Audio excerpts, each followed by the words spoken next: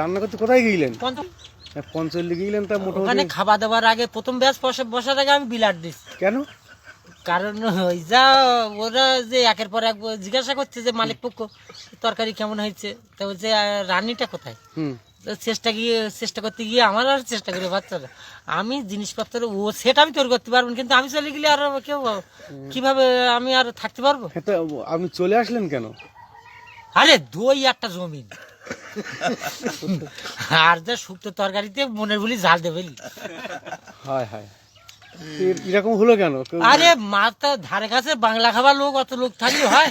তা আপনি সুস্থ ছিলেন তো? না না, আমি অসুস্থ ছিলাম বলে তো তরকারি অসুস্থই।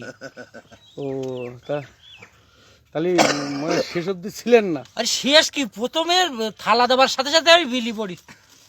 আমার ঝাঁঝরি ডাবু খুন্তি সব কেন ধরতে পারেন তো?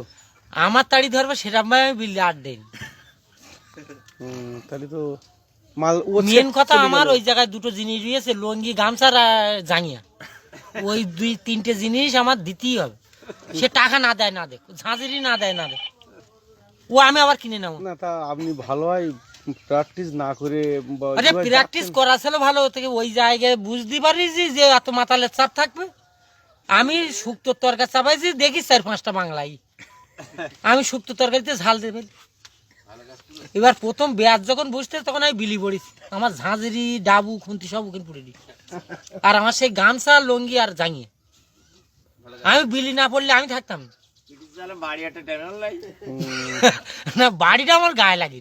মারতে পারেন তো?